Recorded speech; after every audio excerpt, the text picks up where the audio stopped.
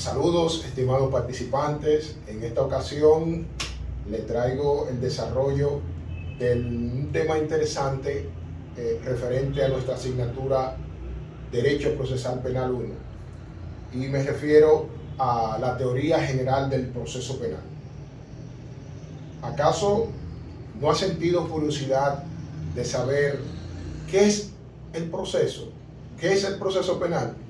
Entiendo que tú, como estudiante de Derecho, has escuchado de otras fuentes esta expresión proceso penal. ¿Qué es? El proceso penal no es más que el conjunto de actos y procedimientos judiciales tendentes a determinar la existencia o no de un delito, así como también la responsabilidad penal o no de una persona en un proceso penal. Bueno, puede sentir algún tipo de confusión con lo que he dicho, pero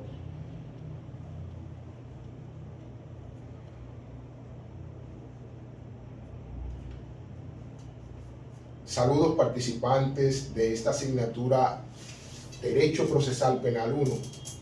En esta ocasión vamos a desarrollar el tema Teoría General del Proceso Penal, en el cual estaremos supliéndote de competencias, conocimientos, experiencia relativo a este tema vital para tu ejercicio profesional.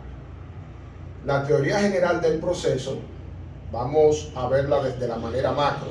La teoría general del proceso es un conjunto de ideas, es un conjunto de conceptualizaciones que busca explicar el fenómeno del procedimiento aplicado en los distintos enfoques del derecho, en el que nos ocupa el derecho procesal penal. Pues entonces estaremos desarrollando claramente lo que es la teoría general del derecho procesal penal. ¿Qué es el proceso penal? Conforme a la doctrina, es definida como el conjunto de actos y procedimientos judiciales que se realizan para determinar la existencia o no de un delito, así como también determinar la responsabilidad penal o no de los vinculados al caso. En otro modelo, en otros tiempos, se llamaban casos penales.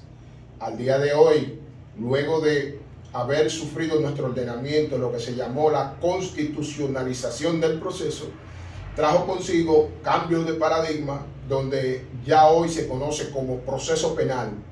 Proceso penal es el camino que transita esos conjuntos de actos y procedimientos para que al final un juez pueda determinar si ciertamente esa persona fue responsable o no de esos hechos que se le atribuyen. Pero antes de, el Ministerio Público en su labor objetiva determina si ciertamente está ante la existencia de un delito, de un crimen o no.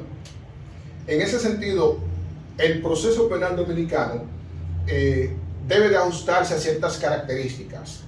No surge de la concepción personal del Ministerio Público, ni del juez, ni de los creyentes, ni del abogado, sino que responde a una serie de parámetros. En estos parámetros están los principios principalísimos que soportan o que rigen o que establecen los fundamentos del proceso penal.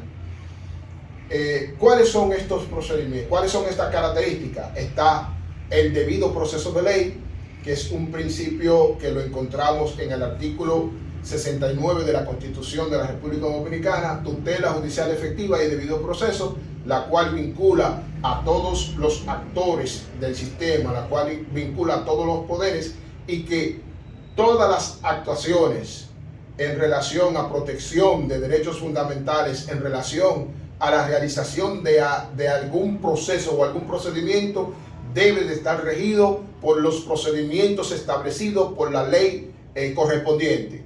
El debido proceso de ley es un principio que influye en todos los aspectos del ejercicio del derecho, el derecho administrativo, derecho de inmobiliario, en derecho civil, en derecho de familia, derecho penal, en todos los aspectos del derecho. Pues otra de las características que debe de poseer el proceso penal son que los actos que se realicen deben ser legales, haciendo referencia a que los actos, los documentos, las actuaciones que se realicen deben de estar íntimamente relacionadas o corresponderse con lo que se llama el principio de legalidad, que se encuentra en el articulado 69 de la Constitución, 26, 166, 167 del Código Procesal Penal. El proceso penal debe de ser imparcial. En este sentido, quiere decir que las actuaciones del Ministerio Público y las actuaciones de los jueces del tribunal deben decidir de manera imparcial. No pueden elegir un bando. El bando que deben de elegir es la verdad, la búsqueda de la verdad y con relación a la verdad, el régimen de consecuencias correspondiente. Si una persona cometió o varias personas cometió el hecho que se le está sindicando, es entonces que el derecho penal interviene ahí para aportar una sanción correspondiente a ese acto ilícito. Si no cumplió, si no cometió ningún delito, es entonces que también el Código Penal establece el procedimiento que se va a seguir con el que no cometió un delito. El Código Penal, el Código Procesal Penal. El proceso penal debe de ser justo. ¿Qué quiere decir? Que debe de tener, cumplir con el principio de proporcionalidad. La persona que cometió el hecho debe de ser sancionado proporcionalmente al perjuicio creado o al perjuicio que ocasionó a la persona. Es en esas condiciones que el derecho penal ha de establecer cuál es la sanción que corresponde. Al momento de los juzgadores elegir qué sanción imponer, ellos tomarán en cuenta los preceptos del debido proceso, los preceptos del principio de legalidad para ellos fundamentar su sanción. En el proceso penal, todos los actores deben respetar lo que se llaman garantías de derechos fundamentales de las personas que están inmersos en ese litigio. Que también en adelante vamos a conocer quiénes son las personas que son parte en un proceso. Ahora bien, entendido este desglose conceptualizado, podemos entender el proceso penal como una carretera que en un momento toma dos vías.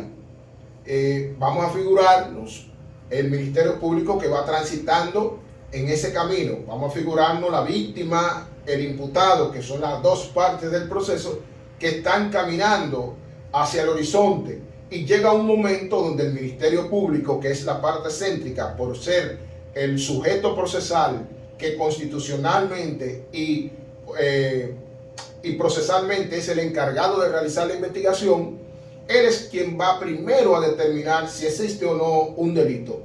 Si existe el delito, entonces es encargado de conducir toda la investigación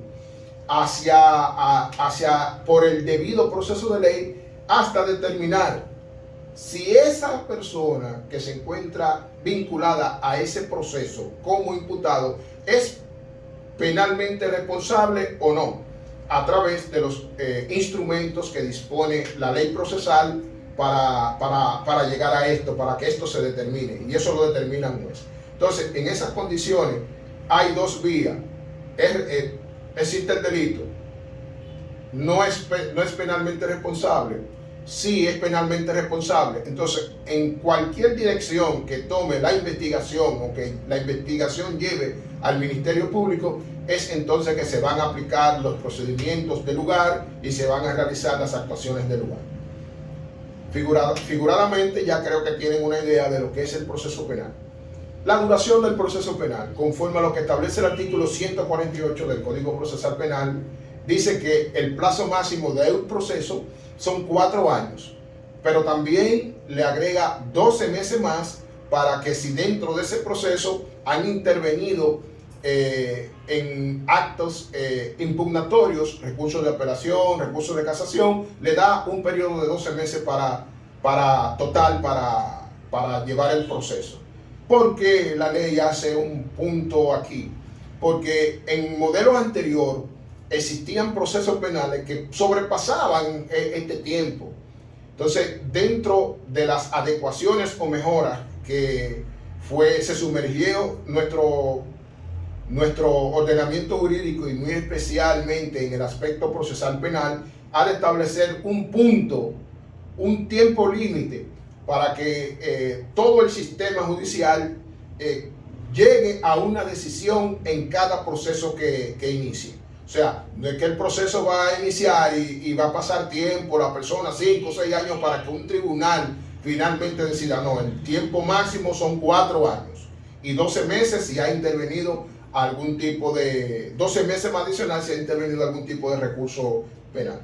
Ojo, las figuras de la fuga o evasión de un recinto carcelario o la rebeldía como acto de no presentarse a las citaciones que realiza la justicia, los llamamientos a la justicia, interrumpen ese plazo. ¿Qué quiere decir con esto? Que si un proceso lleva tanto tiempo y el imputado se fuga o se evade del centro penitenciario, el tiempo que él dure fugado no se le suma a como si estuviera corriendo la pena si él estuviera dentro, sino que se interrumpe, se detiene, y cuando sea apresado, entonces continuará el cómputo de la pena.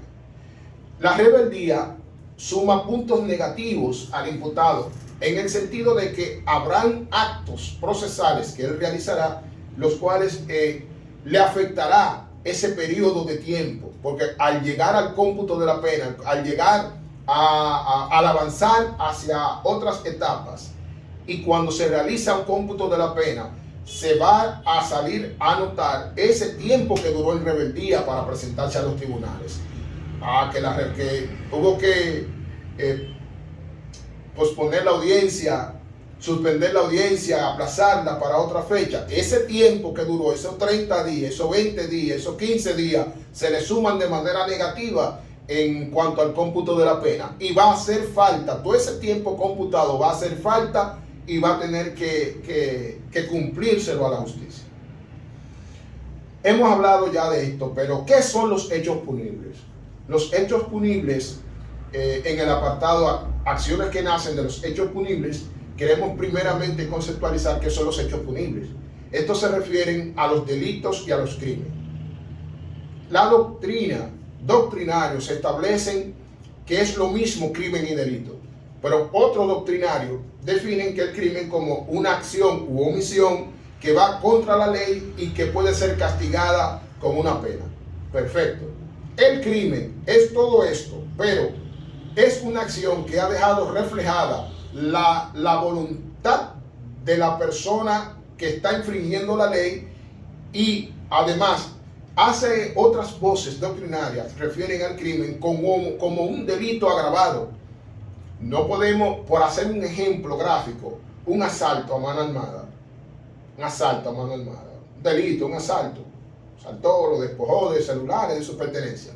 Pero cuando ese asalto, el asaltante mata a balazos a la víctima, realizándole varios disparos, entonces ya ha pasado de un delito sencillo y pasa a un crimen. ¿Por qué? Porque ya la connotación del delito ya ha sido superior, ya ha sido más aguda, más prolongada. Se ha cometido un delito de mayor gravedad. Es en este sentido de que esa acción se categoriza, la doctrina, los doctrinarios lo categorizan como un crimen. Hay tipos de delitos y crímenes. Hay delitos que son delitos dolosos y hay delitos que son culposos. El delito doloso es una acción criminal que se comete, la persona lo comete con plena conciencia de lo que está haciendo, que encaminó sus pasos, idealizó, organizó y ejecutó un plan para realizar o cometer ese delito o crimen. Por ejemplo, los asesinatos por pago, que aquí se conocen como sicariato, pero aún nuestra norma penal no lo tiene asimilado como ese, no lo ha tipificado así. No existe un artículo en el Código Penal que tipifique lo que es el sicariato, sino que en un tema de semántica, combinación de palabras, pudiéramos determinar que es un crimen por paga, que es la definición de sicariato, pero no está tipificado formalmente en el Código Penal vigente. Entonces, un crimen, ya ese tipo de acción ilícita es un crimen doloso. ¿Por qué? Porque ha mediado la voluntad del actor, ha mediado la voluntad del infractor para llegar a ese fin. Planeó, organizó, ejecutó ese plan de dar muerte y tuvo resultado. Ahora bien, hay crímenes que son culposos o imprudentes que devienen de la negligencia, imprudencia, de la violación a las normas, que surgen del despiste de la persona, que no tenían la intención de, o por objeto, al tomar la acción, al realizar la acción, no tenían por objeto que tuviera ese resultado. Me refiero, y puedo poner un ejemplo gráfico, que son los delitos de accidente de tránsito, donde resultan personas lesionadas o resultan personas muertas, donde hay una máxima común que dice: nadie quiere chocar a nadie, nadie quiere participar en un accidente, y es en cierto sentido, por un lado, es razonable, por otro lado es cuestionable, porque todos en estos tiempos ya sabemos cuáles cosas podemos y no debemos hacer al momento de tener un volante en la mano, pero a los fines de la ley, ante una situación de este nivel, es calificada como un delito culposo, porque recae la culpa sobre la persona por la acción tomada, pero no fue dolosa porque no planificó utilizar el vehículo como herramienta o como arma, mejor dicho, para cometer esa muerte o para producir esa muerte. Bien, mis estudiantes, mis seguidores, tenemos ahora un tema interesante y es el iter criminis. Es un aforismo que significa el camino del delito o el proceso que realiza el delito. Pudiese pensar, eso es un tema filosófico muy profundo, pero sucede una situación. Si usted se está preparando para asumir como profesional del derecho, asumir la defensa de un imputado, o para representar a una víctima en su calidad de querellante y actor civil, es menester que usted conozca todos los detalles necesarios respecto a lo que es el estudio del crimen o del delito. El iter criminis es un proceso físico, psicofísico, que inicia el estudio del crimen desde la concepción de la idea hasta la materialización, que es justamente el camino o los pasos o la secuencia de hechos que se esconden detrás de la comisión de un delito. Vamos a poner el ejemplo. Si a dos personas le pagan para que maten a una tercera persona, desde que se conceptualizó la idea en la mente de cualquiera de matar a esa tercera persona hasta la ejecución de esa muerte, han ocurrido una serie de pasos en ese acto ilícito que es necesario ser analizado, porque a raíz de ahí, a raíz de eso, es que la investigación se desarrolla y va a determinar o va a contestar las cuestionantes: ¿qué pasó? ¿Cuándo pasó? ¿Por qué pasó? ¿Quiénes participaron? ¿Por qué lo hicieron? Entonces, si no se investiga ese proceso evolutivo del crimen, las actuaciones, las planificaciones, la organización, la puesta en ejecución de ese plan, la investigación carece de fundamentos. Y es en esas condiciones que muchos abogados defensores pueden salir gananciosos en la parte, en alguna de las etapas finales del proceso. ¿Por qué? Porque no se realiza una investigación correctamente, sumergiéndose en el iter criminis o en los pasos que dio el criminal para cometer el delito. En ese sentido, las etapas que señala la doctrina sobre el iter criminis o los pasos que dio el criminal son: primero está la ideación, que es la concepción intelectual del hecho ilícito a nivel macro, vamos a matar a fulano o voy a matar a fulano. El segundo paso es la deliberación, el concierto de ideas en uno mismo, ideando cómo lo vamos a hacer o cómo lo voy a hacer, qué voy a utilizar, cuándo lo voy a usar más o menos, cuándo voy a ejecutar el plan, o si somos varios, con un concierto de ideas entre todos los que están involucrados en esa empresa criminal. La tercera es la resolución, cuando ya se tienen ideas claras de qué se va a hacer, cómo se va a hacer, cuándo se va a hacer, con qué se va a hacer, en qué momento se va a hacer. Ya ahí está todo resuelto. En estas tres primeras etapas refiere la doctrina que todavía el hecho no es sancionable, porque solo se encuentran en ideas y concepciones. Todavía no se han dado los primeros pasos iniciales para movilizar la acción en sí, sino que está en una etapa conceptualizante, idealizadora, está todavía en ideas. El cuarto nivel es acto preparativo. ¿Cuáles son estos actos preparativos? El arma, ya sabemos que se la vamos a buscar donde fulano, ya, vete y busca el arma donde fulano, vete y busca el motor, vete y consigue la ropa, yo voy a llamar a fulano para que me lo vigile. Ya se han iniciado, se han dado los primeros pasitos para la etapa de la ejecución. Entonces, a partir de aquí, la doctrina establece que ya es sancionable el delito. Tenemos los actos de ejecución. El acto de ejecución o quinto nivel ya es cuando la empresa criminal inicia su proceso, inicia su actuación. Ya salieron a matarlo, salieron a realizar el crimen. Ya ahí la norma establece que ha dado el paso de la tentativa, ya se encuentra en un grado de tentativa de crimen, de comisión de un crimen. El sexto nivel es la consumación, la realización del acto criminal. Realización del acto criminal. Ya en estas últimas tres etapas establece los doctrinarios de que ya es sancionable esa acción criminal. Es en ese sentido también que hay algunos tipos penales que sancionan la tentativa de cometer el hecho como el hecho mismo. Eso ustedes lo pueden profundizar en el Código Penal y encontrarán algunos de los tipos penales que ya sí confieren que se sanciona la tentativa como el crimen mismo, cuando ha precedido de los actos preparatorios o el acto de ejecución. ¿Cuáles son los elementos constitutivos del delito? Ya que hemos abordado el tema del delito. Los elementos constitutivos del delito son tres.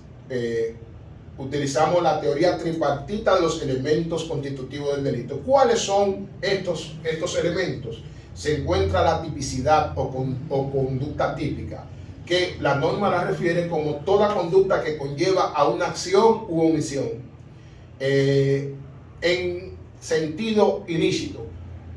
La tipicidad quiere decir que esa acción que realizó ese actor, ese infractor, esté tipificada como una conducta ilícita. Entonces, cuando el Ministerio Público está revisando si se ha cometido un delito o no, esta es una de las primeras etapas de la teoría del delito que él va a abordar. Esa acción que él hizo se encaja dentro de las conductas que establece el Código Penal como ilícita y comienza a verificar los elementos de esa conducta. Cuando determina, sí, ciertamente, lo que él hizo es un hecho ilícito y se da cuenta porque al corroborarlo en el Código Penal establece una sanción para esa conducta. Entonces él dice, sí, es una conducta típica, está tipificada. Antijurídica, quiere decir que la acción que se ha realizado está prohibida por el ordenamiento jurídico. Vamos a ver si esa acción está prohibida. Sí, porque ya yo lo identifiqué como una conducta ilícita y está penada. En otro orden también para excluir si esa acción no es un delito, es también que en esta parte dice no, el comportamiento de él, dice el Código Penal que no es crimen ni delito. No es crimen ni delito, por lo tanto es excusable. Hay dos sabores. Hay acciones que realiza la persona donde ciertamente corresponde con un tipo ilícito y ciertamente corresponde, no es excusable en el Código Penal, pero hay acciones que realiza la persona que aparentemente puede parecer un delito, pero realmente la ley dice que no hay crimen ni delito si esa persona cumplió si la conducta revisada de esa persona cumple con este precepto.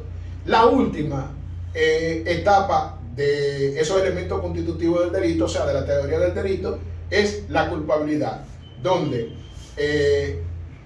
el investigador, el Ministerio Público, va a verificar de que al final de la investigación va a verificar si esa persona actuó de manera dolosa o si este hecho ilícito se produce a raíz de una inobservancia a las normas. O sea, si recae en él la culpabilidad, pero por una acción negligente que él tomó. Hay textos penales que establecen las eximentes y que entran en juego justamente en esta etapa, como es el artículo 64 del Código Penal, que habla de la excusa eximente y establece una serie de conductas que pueden eximir de culpabilidad al imputado sobre un hecho por las condiciones que establecen ahí. ¿Cuáles son los principios rectores del proceso penal y cómo se vinculan a la Constitución? Estos principios vamos a hallarlos en los artículos 68 y 69 de la Constitución de la República Dominicana, así como también en los artículos 1 hasta el artículo 28 del Código Procesal Penal. Por cuestiones de tiempo no podemos abordarlo todo, pero vamos a hacer menciones de algunos. ¿Qué son los principios? Lo estuve hablando desde el inicio de esta clase. ¿Qué son los principios? Los principios son el conjunto de ideas, valores y conceptos que fundamentan el derecho. Además tienen una función vital de que cuando las normas no provean una luz al juzgador, el juzgador al momento de evaluar la culpabilidad o evaluar cualquier aspecto ha de regirse por lo que establecen los principios o los fundamentos del derecho. Para hacerle menciones de algunos, por ejemplo, tenemos el non bis in idem, que lo encontramos en el artículo 69.5 de la Constitución, que dice que una persona no puede ser juzgada dos veces por un mismo hecho. El principio non bis in idem. Tenemos otro que se utiliza mucho y es la base de los contratos, es la base de las obligaciones, de la teoría de las obligaciones en derecho civil y en todos los aspectos de nuestra vida. Se llama pacta sunt servanda. Quiere decir cumplir con lo pactado, cumplir con el convenio, cumplir con lo que te corresponde. Esa es la base de todo contrato, de todo acuerdo de convenciones. Otro de los aforismos y que son principios jurídicos que imperan, que funcionan en todo nuestro ordenamiento es nullum crimen, nullum pena sine lege. Nullum crimen, nullum pena sine lege. Es el principio de legalidad que desde la Constitución dice: aquí yo estoy, aquí estoy yo, hay que hablar conmigo primero. Todos los actos que se realizan dentro de un proceso penal, civil, comercial, debe de estar regido por el principalísimo derecho, principalísimo principio de legalidad. Artículo 69.7 de la Constitución. Tenemos también otro principio, por mencionarlo, notorium non ecce probatione, que quiere decir lo notorio no requiere prueba. Ese principio funciona en muchos aspectos del derecho procesal penal, en las actividades probatorias básicamente. El juez tiene una prerrogativa de aquellas pruebas que en una etapa del proceso tiene la potestad de excluir pruebas que sean repetitivas o pruebas sobre actos que no requieran una actividad probatoria. Entonces aquí aplica este principio. ¿Cuál es la vinculación que tienen estos principios con la Constitución? Bueno, en cada uno de los desgloses que le he hablado siempre les refiero a dos artículos. y son el artículo 68, que hace referencia a las garantías de derechos fundamentales, donde la Constitución dice que ella misma garantiza la efectividad de los derechos fundamentales y que en todo nuestro sistema,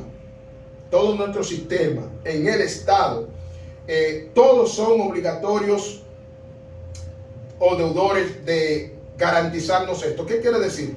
Que todos los estamentos del Estado tienen la obligación de garantizarnos a todos el disfrute de nuestros derechos fundamentales. Ellos tienen que garantizar que nosotros disfrutemos de todos nuestros derechos fundamentales que se encuentran protegidos en la Constitución.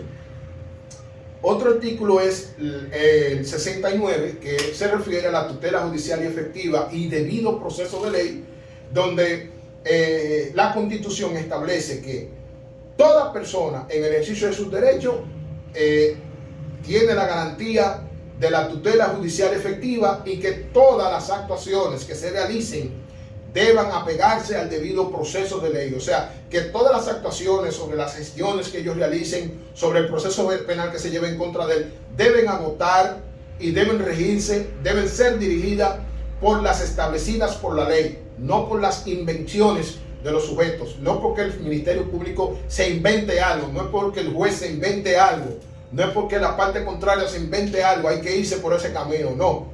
Está el Código Procesal Penal, está el Código Penal y basado en esa normativa o si hace referencia a cualquier otra ley, vamos a generalizar lo que establezca el ordenamiento jurídico vigente sobre ese pavimento, sobre esa carretera legal es que debe dirigirse las acciones. Dentro de los principios rectores del proceso penal, como he puntualizado, del artículo 1 al artículo 28, hay algunos que solamente voy a tocar por tiempo, y es el primero, la primacía de la Constitución y de los tratados. Aquí hay algo.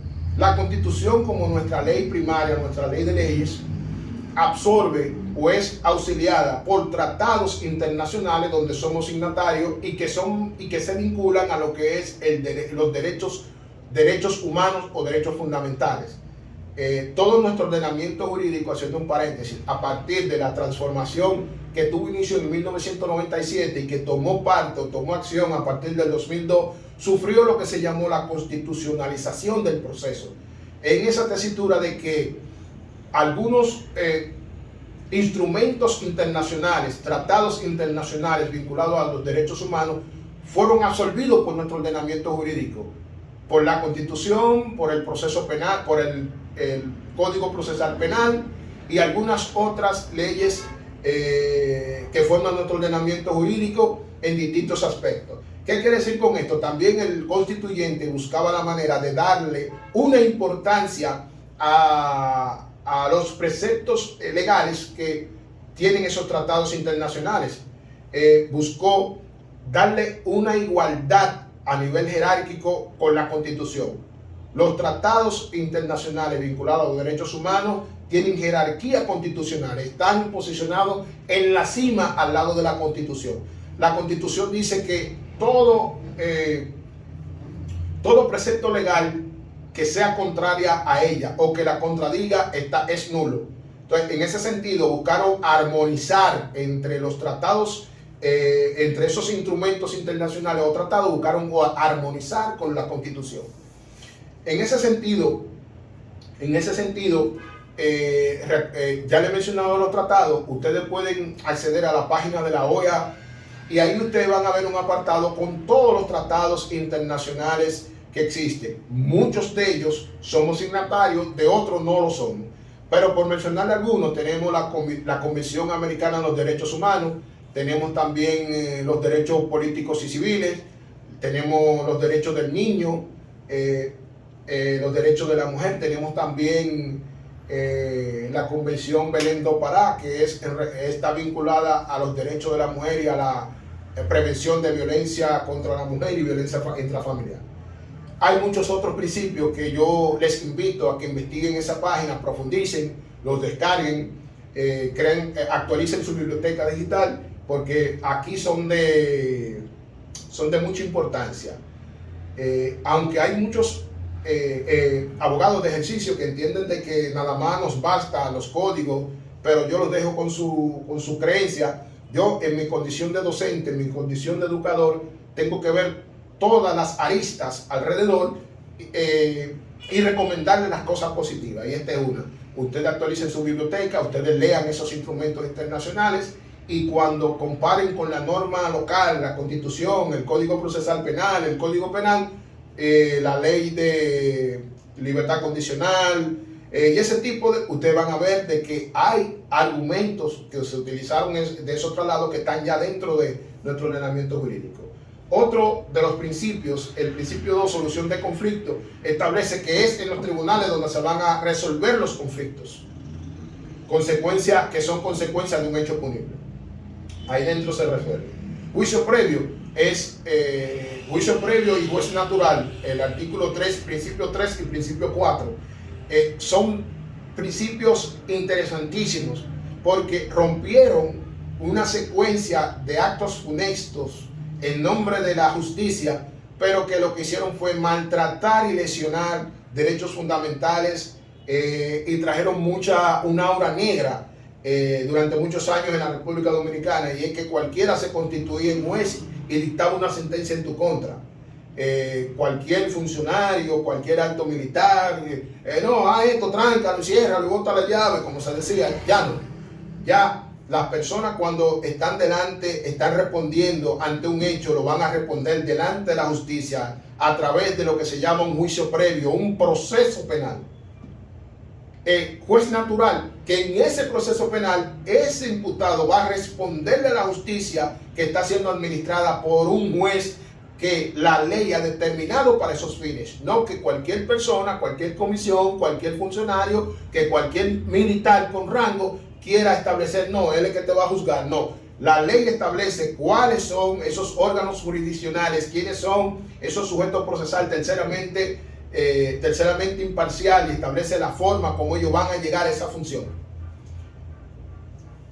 Habla también de la legalidad del proceso, que es el artículo 7, lo habíamos mencionado, donde la persona no puede ser sometido a un proceso penal sin la existencia de una ley previa. Nullum crimen, nullum pena sine legge previa, es el aforismo. Ninguna persona puede ser sometida a un delito si esa ley no está, si esa acción o esa conducta no está previamente tipificada. O sea, hay un precepto constitucional que también está vinculada a esta parte, y es que nadie puede prohibir lo que la ley no prohíba. Está dentro del artículo 69. O sea, ninguna autoridad puede prohibirte a ti realizar algo que la ley no lo prohíba. Ya las cosas no surgen aquí porque a la autoridad, porque a fulano quiera. No, la ley debe de establecerlo. Plazo razonable, vinculado al artículo 148, donde el legislador buscó ponerle un fin, un tiempo límite a ese proceso penal, a esa investigación que se ha iniciado en contra tuya. Y en un tiempo X, como establece la ley, 4 años más 12 meses, debe de decidirse si eres culpable o no. Única persecución, non bis in idem. Principio principalísimo, non bis in idem, que está también en el artículo 69. Única persecución, nadie puede ser perseguido 2 veces por un mismo hecho, no puede ser sometido a la justicia por un mismo hecho. Hay un principio interesantísimo que va dirigido específicamente a estos actores que toman acción principal dentro de un proceso penal. Me refiero al Ministerio Público y los órganos auxiliares. Los obliga a cumplir con el principio 10, que es la dignidad de la persona. La dignidad de la persona es el valor que tú tienes como persona. El valor que tú tienes como persona, que en la Constitución, los constituyentes, los padres de la patria, cuando elaboraron la Constitución, la tomaron en cuenta. En el preámbulo se hace mención de la protección de la dignidad de la persona. En los considerandos también vuelven, en tiempo actual, vuelven y lo toman en cuenta, la dignidad humana. Y en el artículo 37 de la Constitución también hace un desglose de ese derecho fundamentalísimo de la protección de la dignidad humana. Igualdad ante la ley e igualdad ante las partes. O el principio 11 y 12 son las herramientas que nos dan a nosotros dentro de un proceso penal y que te dan a ti a que tú seas tratado de manera igualitaria con aquel que te está señalando. Si tú eres parte, si tú eres imputado en un proceso, la víctima te está señalando, las actuaciones que realiza la víctima deben, tú tienes acceso también a poder usar también de esas herramientas, de esas armas, como se le dice coloquialmente, igualdad de armas. No, es igualdad ante la ley e igualdad entre las partes. Quiere decir que el mismo derecho que tiene una parte, la tiene otra para realizar actuaciones legales dentro del proceso, o sea, actuar conforme al debido proceso. No autoincriminación es un derecho que tú tienes desde el primer momento que el imputado es apresado, es arrestado, tiene derecho a no declarar en su contra. No tiene que admitir ninguna de las imputaciones que se le realizan, sin ningún riesgo, sin ningún riesgo. No, tú tienes derecho, o ese imputado no tiene derecho a no autoincriminarse. No debe de decir ni declarar cualquier información que le pueda ser perjudicial. La presunción de inocencia es un artículo, es un principio principalísimo que le atañe directamente al imputado y que le debe ser resguardado por todos los sujetos procesales. Quiere decir que una persona, desde el primer momento que está inmerso en el proceso hasta sus últimas consecuencias, es inocente. Está investido por ese principio, la presunción de inocencia. Y es en esa tesitura que el artículo anterior, el artículo 13, el principio de la no autoincriminación, te protege aquí en esta parte, bajo la presunción de inocencia. Estatuto de libertad es un artículo que encontramos en la Constitución, el artículo 40, libertades personales, Estatuto de libertad, libertades personales, donde la persona tiene derecho a la libertad y la seguridad personales. En este mismo artículo hallamos fundamentos sobre la imposición de la medida de coerción, específicamente la 226 numeral 7, que es una medida de coerción restrictiva de libertad, también lo que es el arresto domiciliario, que es una medida de coerción restrictiva de libertad, donde en este principio número 15 quiere decir que son de carácter excepcional. O sea, la imposición de una medida de coerción restrictiva de libertad no puede ser usada para todo lo que el Ministerio Público quiera, que es la que solicita, sino que en esta parte el juzgador toma en consideración este principio, Estatuto de libertad. Puede estar imputado o no, conocer su proceso de libertad. Verificaremos entonces lo que establece el 229, si cumple con el tema de los arraigos, para que pueda conocer su proceso de libertad. Límite razonable de la prisión preventiva también buscaba sofrenar actuaciones de viejo régimen donde personas permanecieron años encerrados en una cárcel sin un motivo razonable. Sin un motivo razonable. Para los tiempos modernos, este principio busca limitar la diferencia entre lo que es una medida de sujeción y lo que es una pena anticipada. ¿Qué quiero decir con esto? Hay procesos penales donde hay imputados que conllevan, tienen aproximadamente 2 años, 3 años afectados por una medida de coerción, donde el delito que se le está señalando, cuando viene a ver la pena máxima, son 4 años, son 3 años, y la persona ya tiene 2 años, tiene 3 años bajo una medida de coerción. Entonces, es justamente lo que este principio, el límite razonable de la prisión preventiva, busca sofrenar, de que es en esa tesitura de que la prisión preventiva, el máximo tiempo que debe de durar son 12 meses para los casos sencillos, y si prorrogable 6 meses más cuando son casos complejos. Derecho de defensa es un principio principalísimo que le asiste a toda persona que se encuentra en una gestión, en cualquier enfoque del derecho, y para lo que nos atañe, los imputados, le corresponde principalmente el derecho de defensa. A este derecho principalísimo de defensa se le agrega la libertad probatoria, la comunidad de prueba, que son un conjunto de principios, herramientas que se convierten en herramientas o beneficios a los cuales tiene acceso un imputado, una persona señalada o comisionado de cometer algún tipo de delito. Él tiene derecho a realizar su defensa tiene derecho a decir que no fue él quien cometió ese hecho, a buscar pruebas que tiendan a aclarar o a defender su posición, tiene derecho a tener acceso a un representante legal o a un abogado que lo represente y que realice las labores técnicas de derecho. El imputado tiene derecho a que se le formulen cargos precisos y esa acción la realiza el Ministerio Público a través de la acusación. Pero el imputado tiene derecho a conocer cuáles son los cargos que se le imputan. Esa actuación se reserva para una segunda etapa en el proceso penal, que es la fase preparatoria en la audiencia preliminar. Otro principio interesantísimo que le asiste al imputado es el derecho a recurrir. Derecho a recurrir conforme al principio del doble grado de la instancia, que vino como un elemento nuevo, reformulado en la constitucionalización del proceso penal. Se supone que toda persona que ha salido afectada en una decisión que ha tomado el tribunal, una resolución, un auto, una sentencia, tiene derecho a acudir a un tribunal de alzada, de mayor jerarquía, como establece la norma, a que sea revisada esa decisión.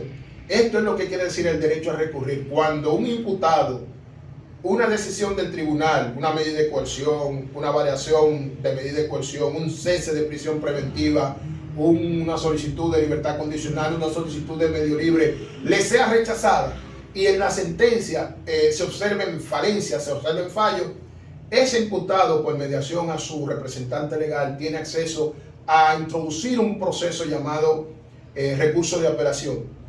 Dentro de las etapas del proceso penal, que las vamos a ver, yo advierto ahora, yo soy de opinión de que las vías impugnativas no forman parte de una secuencia de las etapas del proceso penal, sino que más bien tienen una intromisión, en cada etapa conforme a la necesidad que requiera cada una de las partes. Como he dicho, es en ese sentido que más bien de convertirse en una etapa secuencial, es en mi opinión de que las actuaciones impugnativas son beneficios, son instrumentos que tiene acceso unas de las partes de un litigio cuando una decisión de un tribunal no les es conveniente, de manera total o de manera parcial.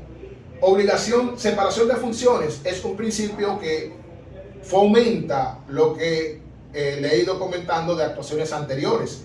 En este principio fundamenta de manera definitiva que las funciones del Ministerio Público son del Ministerio Público y las funciones del juez son del juez o del tribunal.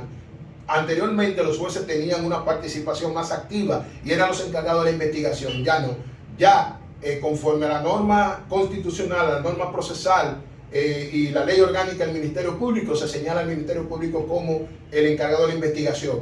El encargado de administrar justicia es el juez. Tienen funciones separadas. Obligación de decidir es un principio fundamental que le atañe a la actuación jurisdiccional, le atañe al juez, le atañe al tribunal y que tiene una combinación hacia el juez cuando no lo hace. Obligación de decidir. Los jueces no pueden abstenerse de ninguna manera de dar un fallo.